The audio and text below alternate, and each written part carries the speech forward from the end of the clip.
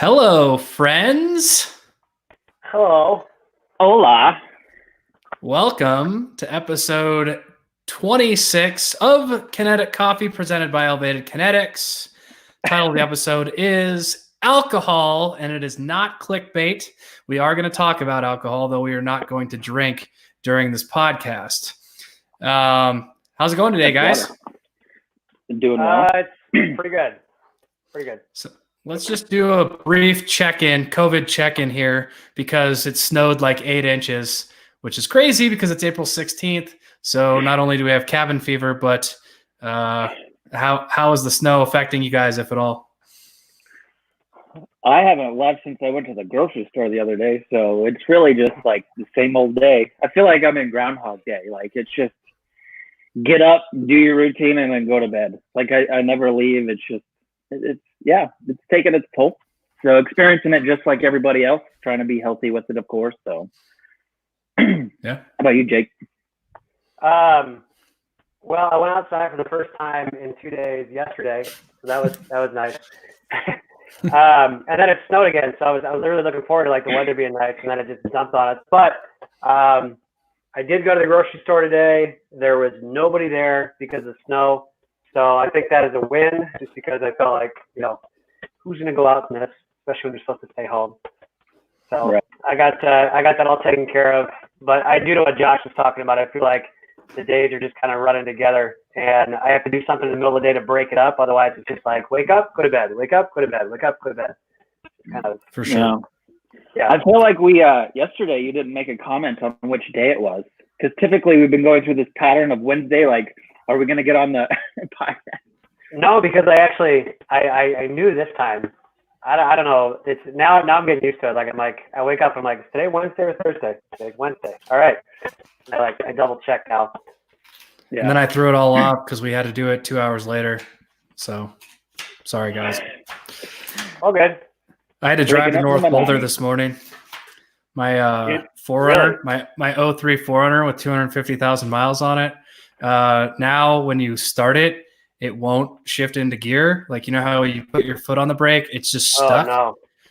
So there's like this little override switch that I figured out on YouTube, so I can like override it. But I had to take it up to Charlie's, so they're trying to fix it.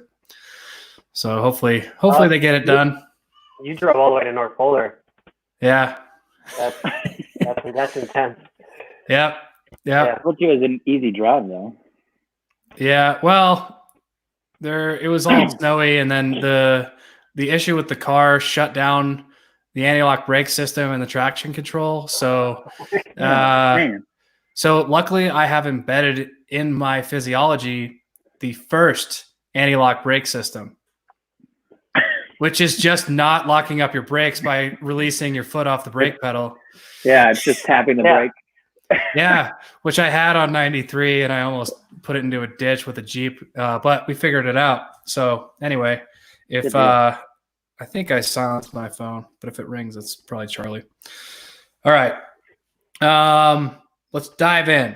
Okay, so I was telling these guys before the podcast, all the current members know that I do strategy sessions with almost every member every week, and there's different things that come up. And last week it was having trouble being motivated. And there's an aside from that. We're actually doing a follow-up to that with Coach Dave, which is super exciting. And we'll leak that out next week. But this week, it's actually been about alcohol. So we've been doing this resilience challenge. And at the beginning of it, some people had set out to not drink at all to check those boxes. Then we moved it to not drinking 4 out of the 7 days per week. And now I'm literally talking to one person in particular whose only goal is to make it to 5:01 p.m. to start drinking because this individual has been starting at 11. And I have I have other people that I'm convincing to do things like what I do, like a Wim Hof or a meditation before they start drinking. So there's just been a lot of ways to fix this habit of drinking too much. So before we dive into physiology and all this other kind of stuff, why is it, do you guys think, that people are drinking more throughout this whole thing? Sure. I would say boredom is the biggest, right? We typically have a full work day. We have drives to continue on. We have families to take care of at night. We have, like our whole lives ahead of us, like during a normal day. And now we have literally no more commutes, no more driving. So there's more time for drinking, right? Maybe typically we've become a little bit more relaxed in our day-to-day setting, so we can start a little bit earlier. So for me, my guess is probably boredom, a little bit more time on our hands, and we're not quite sure what to do to fill it. Okay. What do you think, Jake? Okay. I agree with Josh.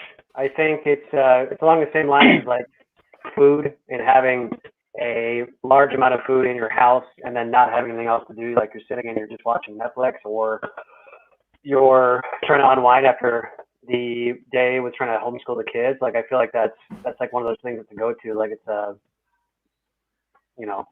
just there, which I'll expand on in a minute when we talk about ourselves. But I think Yeah, for sure. Tony says it's boredom, which is cool.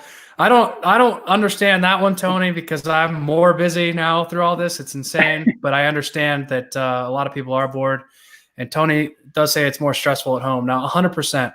So I think that's the most common one, because either people lost their jobs, which is exceedingly stressful, or they're being leaned on more. They're very valuable at whatever company they're working for, and they're having to do more output, and sometimes for 50% or none of the money that they were making before. Now you add homeschool on top of that, and it's just crazy. So the soccer mom that starts with the Bloody Mary at 9 a.m. is becoming the reality. And Stacy says not with double under practice. She and I talked about refusing to come back to the gym when we open back up without getting 50 double unders first. So, but yeah, it's super tough, and people are just handling it as an escape like that. Is my voice gone? No, my camera. I'm trying to make sure my face doesn't look like it's like half. Oh. Jake was waving at the screen. Those of you guys, that are only on audio, Jake was like waving at the screen, and I thought maybe my mic went out. Tony says he's with my family all day, every day. Help me. I learned that my family and kids are actually pretty cool. I never noticed them before. But yeah, so it's an escape. In Colorado, other people have the other escape, which is the herbal one, and that's gone up a lot in my discussions on the strategy calls. It's generally one or the other. A few people are doing both. one leads to the other, and so I want to talk about it all. But why don't we lead into this? I just want to talk about the chemical of alcohol in a very basic way. Katie says I have twins. Enough said. So whether or not we have our nutrition dialed in, alcohol, when we think about nutrition, right, we generally think about the main macronutrients. I know if you ever work with Coach Josh, it's way more in depth than macros, and it's micros too. But we generally think about protein, fats, and carbs. Alcohol doesn't fit into any of those things, even though most people categorize them as carbs. And the reason is the alcohol is actually poison to your body. So when alcohol is introduced into the system, the body has to put everything else on hold, aka your metabolism, and process the alcohol before it can come back to that metabolism. So I'm going to let Josh expand on it because this is kind of his wheelhouse, but that's I think a really basic understanding, but I'd love to hear more in depth from Josh. Yeah. So in nutrition, learning it in school and everything, they actually classify alcohol as a fourth macronutrient, right? So it doesn't fit into the other three. So it's actually a macronutrient. It is a simple sugar. It is a poison that's attached to it, the molecule and everything that coincides with it. And when we ingest it, of course, your body treats it just like a heavy shot of glucose into the system. So a lot of carbs or simple sugars. And if you look at alcohol, it's really just a basic simple sugar, either between, wine, beer, or liquor, depending on what your preference is. So, but because it is that poison aspect to it, that compound that's associated with it, it has to be processed a lot quicker than anything else. So everything else is kind of put on hold. It goes a little bit more complicated than that, but that's kind of just the basic gist. So your liver will send out, your insulin to go capture those molecules and process it in the liver. Hence why we get fatty liver disease from having too much alcohol, continuously drinking it, because your body constantly processes it as a fat so it can be excreted as waste, right? And that is also why we feel like we have hangovers, right? Our brain gets dehydrated from that, because what our body is doing is it's capturing all those alcohol molecules in the system, taking them to the liver to expel it. Now, when that happens, it takes a lot of water to capture those molecules, to transport it through the blood system. So your brain kind of gets put off secondary, right? So your brain kind of gets dehydrated for your body to kind of just break down those alcohol molecules and then excrete them, of course. So that's typically why we get the headaches and stuff like that, or the common thing is the hangover, because your body is just working overtime to process the alcohol out of the system. Now, this is a very simplistic way of looking at it. I don't want to get too far into it. But yeah, that's why we get fatty liver disease, and then you get cirrhosis from that if it's not checked over a long-term period of time, right? The skin kind of turns yellow from that, and then typically to get out of that, we have to have a liver transplant. So if you look at that in most cases of alcoholism, that's why we're trying to limit our consumption. Now, on top of that, when we consume alcohol, we typically make poorer choices in nutrition. So when you look at people and they start to get overweight from drinking too much alcohol, it's because they typically make poor health choices. So like when you go out drinking at a club at night and you go to Taco Bell or Burger King or whatever the case may be, like that's what's making you fat, right? It's just the poor health choices.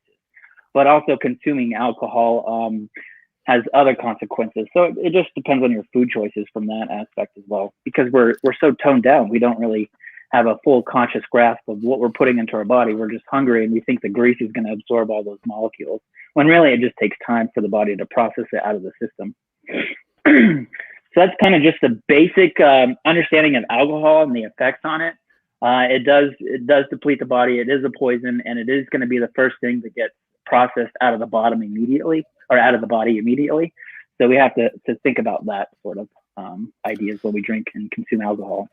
Now, there is a path where we can take too much, of course, at Taco Bell. There is a path where we can drink too much, but in moderation, right? As long as we're keeping our limits under a threshold, it really doesn't affect the body too much, right? We can have some all right effects as long as we're keeping control of it, where it's not every day, maybe every other day, or just, limited amounts each time as well. So let's talk about it then. Let's talk with you, Josh, about it from the sort of a health and fat loss standpoint, and then we can circle to Jake for performance, because he's kind of our performance guy. But since you just made that awesome explanation, okay, if your goal is either maintaining or even losing weight during this time, and you're keeping up with our resilience challenge, and you're eating well for the most part, what is an acceptable level of alcohol consumption? Of course, if your goals are really aligned with what you're saying is to lose weight, you're not going to drink at all. But let's say that's completely impossible and out of the question. What would the ideal spread be? Once a week, twice a week? Yeah. So as far as this, there's no hard set number for this, right? Let's clarify that. There's no set number on how much you can have and how it affects the body. Of course, we have to look at everybody as an individual, and we all have a different genetic makeup on how we process alcohol, right? Some of us are probably a little bit better at processing alcohol as others. One group of people that comes to mind is the Irish, right? Like Irish people typically aren't overset, right? Or heavyweight, and they can typically handle their alcohol fairly well, right? That's kind of just an understanding of the genetics to that. Doesn't mean it's healthy. I'm just giving you a different idea of genetics that play a role in So with that being said, what I've really enjoyed from my military experience is coming with this understanding, and this is what's worked best for me when I explain it to people, is typically to stay hydrated, because alcohol does dehydrate you, right? Is have 1 drink per hour, no more than 3 drinks per night, and then making sure between each drink you have a glass of water that kind of counteracts that dehydration aspect of alcohol. So those are kind of my guidelines on drinking alcohol. I don't like telling people no. I do understand that people do enjoy it, and it's perfectly fine in moderation. I have never really experienced this type of, being quarantined at home. So drinking every day with that guideline, to be honest, I don't know how that's going to come out and affect the body. Typically, when we talk to people, it's just a weekend setting. So like a Friday through, or a Thursday night, maybe Friday night and Saturday night, like 3 times a week. I would say that's kind of even pushing it, but I would try to recommend that limiting it each week is probably more beneficial, to maybe 3 times a week if you can spread it out that way.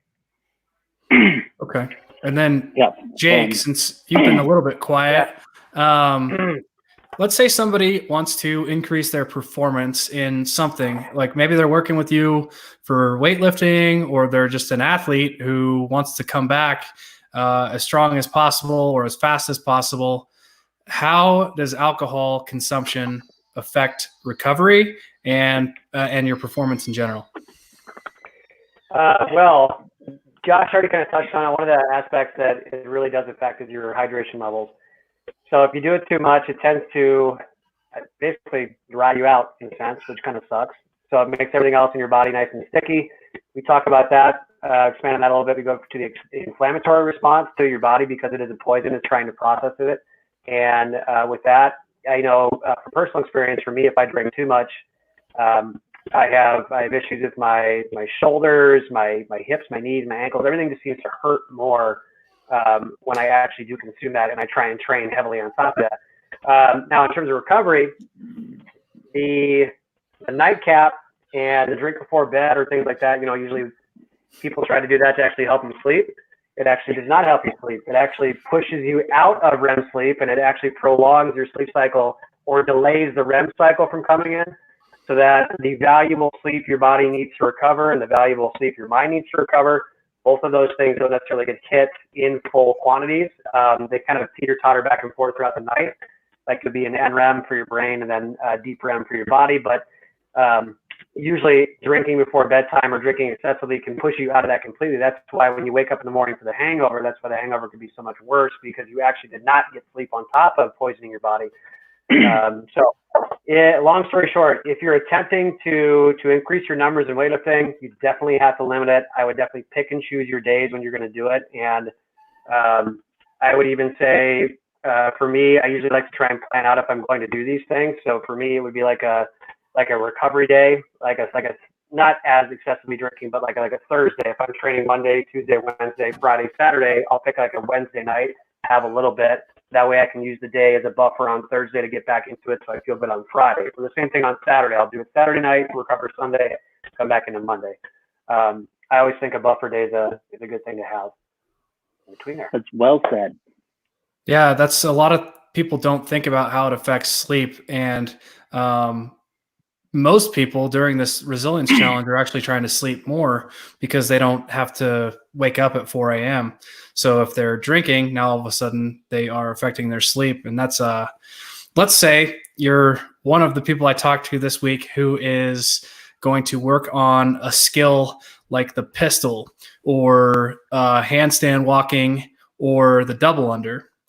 If you don't have good sleep, your body, when you learn a new skill and you practice a new skill, it's not the actual practicing and learning of the new skill at the time when your body learns it. It's actually when you're sleeping. It's like it files it away so that you can pull that information later. So if you spend an hour, working on your muscle up and then you get hammered, it's like you spent 10 minutes on the muscle up, not the full hour. So it affects you a lot differently. Now, I'm surprised we haven't had a question yet in the comments, because I know this is the question of the hour. If you're going to drink, what should you consume? And there's a couple different schools of thought on this. Back when I was doing a lot more nutrition coaching, what I would tell people anyway, is choosing things like dry red wines that have the lowest amount of residual sugar, just because it doesn't have the other crap in it. So that's one thing to think about. Things with the lowest residual sugar in wines are Pinot Noirs, Cabernets, and Merlots. And I did not misspeak. My personal drink of choice is the same as Tony's, and it is whiskey. And I drink it by itself. Typically, I don't like a Jack and Coke is not what Tony and I are talking about. The way I like to think about it is, if I'm going to drink, I'm going to drink something worth drinking. I'm not going to drink a well whiskey. I'm going to drink something worth a little bit more. And yep, Tony says neat as well. But as far as like the sugar content and everything like that, whiskey still isn't the first choice. It would be Añejo tequila by itself. Clear. I always go by the clearer the liquor, the better that you're getting, because you get all those impurities out of it, right? So Tony says Yippee. He's referring to High West's blend, which is Yippee Ki-Yay. It's one of my favorite whiskeys. It's really good. It's finished in sherry casks, and now we're getting into this. So I like bourbons and ryes first and foremost, and the Yippee is just a perfect blend. And some people who don't know more about it think that a blend is bad, and it's actually not the case. Some of the best blends, or some of the best whiskeys on planet Earth are actually blends. Anyway, sorry, I digress. Mixed drinks are pretty much the worst. And beer is actually not a very good choice either, just because of all the other junk in it. Everybody knows it's like, well, if you're going to drink beer, you drink a stout, right? Because it has the least amount of calories. Well, now you know that it's actually not that simple, because it doesn't even count as a regular carbohydrate. But that said, something like a lager is going to wreak havoc on the system more than a stout. Mm-hmm. All right. Totally. And I also kind of like the dynamic between the three of us, because both of you enjoy drinking. You drink in moderation. But I have a different dynamic view on alcohol as well. Like I haven't drank all year. So the year for 2020, like I haven't had a single drink of alcohol. So it's interesting to see both sides, because you guys do enjoy sipping on a whiskey or whatever. You do enjoy the flavor. You do enjoy all those things. I do it in the past more for the social reasons. So for me, now that I have no social contact, really, there's no reason for me to drink at all. Plus, I don't really crave it. So just to give you guys a kind of a perception out there of where I fall in, and then Brian and Jake, those guys really like understand whiskeys and different tastes and flavor palettes. So it's not like we're coming to you guys from a place where we don't drink at all and saying alcohol is bad, but we do have an understanding on how to consume it, and then also the effects on the body. Yeah. And I would say too, I'm always bigger on quality over quantity. I've never been somebody that can just put away a lot of it, because I feel absolutely terrible the next day. But I do, if I'm going to enjoy something, I want to have something that's at least good and won't affect my health that badly. So that's why Brian and Tony were talking about neat before. Neat is probably the best way I would drink my bourbon, and I splash water in there if it's a little higher proof. But like the other thing too is just from the athlete side of it, I don't like feeling like shit when I train. It's weightlifting and strength training, and even just the stuff we do in fitness classes is hard enough to handle on a recovery basis. And overdoing it with alcohol, I couldn't even imagine trying to put that on top of trying to deal with like just the normal aches and pains that go with it. So that's an incentive for me. I actually haven't drank since we were put in the stay-at-home order, because I have nothing here. So, and I don't feel like going to a liquor store. So I haven't had anything, which is kind of crazy. That is kind of crazy. You started down this path, but I did want to bring this home and kind of offer people some advice on, man, if they are starting at 11 a.m. 7 days a week, how we can either pull back or change that behavior. Because guys, at the end of this, we don't want to be a full-blown alcoholic, right? Like you go on vacation, you go down to Mexico, you drink for 7 days, you feel like junk, but then you can recover. If you're at home drinking every single day for 45 days or however long this is going to last, you might actually develop a problem. So now back to last week's discussion, okay? Your motivation, right? It's like, to me, it's you think about your big outcome that you want, and then are we going to move towards that or away from some pain? So if you have it in your family that's addiction, like if your grandpa or your parents had addiction and you go down this road, you might not come back without a lot of help, right? So there's like moving away from pain. Moving towards something is, to me, guys, this time is not an excuse to get fat, out of shape, and to do all these things. So if anything, it's a time to realign your priorities. You get to design your entire schedule. Like nobody is telling you when you have to show up to work for the most part or when to get the work done. So you have this clean slate essentially. So this is all on you, right? Like, so I'm about to rant on, all this. If like you can't stop drinking, it ultimately is your fault, of course. But I kind of go a little hardcore. What do you guys think? What are some actionable steps for people to either drink less or shift their mindset? Becoming aware of your thoughts and mindfulness. You guys who don't like meditation are going to hate this answer, but having the ability to recognize when you feel or you're being, you can hear something in your head saying, hey, a drink would be really good right now. Realizing when that happens and why it's happening, and then taking a second, giving yourself a chance to breathe or just realize, where it's coming from. That I would say would be one of the first steps. So working with meditation and breath work is probably one of the best things you can do.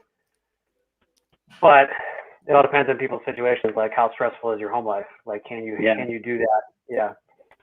I really like that. I would have used those words as well: meditation, mindfulness, understanding your thoughts. I would. What was that? I would like to add on to that. Step on a duck. I don't know what that was. I don't know what that was. Yeah, I would like to remind people, like, the reason we go to the gym every day, right, is ultimately we're creating a better quality of life.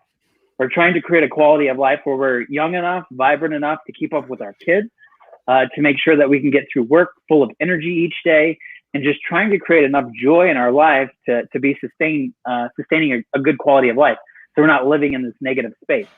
So with that in mind, right, even if we weren't in this predicament right now, we would be going to the gym every day. We would be constantly improving the quality of our life. And we can't forget that notion, right? We're always trying to find a better way so we can stay healthy and vibrant. So that's my thing, is taking baby steps, being mindful, and then just not forgetting the good quality of life that we're shooting for. I love it. And I touched on it a little bit. One thing that I'm doing, Katie knows that I'm doing this. So you guys know I do the Wim Hof stuff twice a day generally. So if I have a really packed day where I'm back to back on calls all day, Katie knows that I want to do my Wim Hof before. So if I walk out of the office and I'm like, I'm pouring a bourbon, then she knows that I'm going to do the Wim Hof breathing first. So it's exactly back to what Jake said. It's just, it's a gap in between my impulse and what I would have done otherwise. And usually by the end of the breathing session, I don't feel like drinking and I'm fine.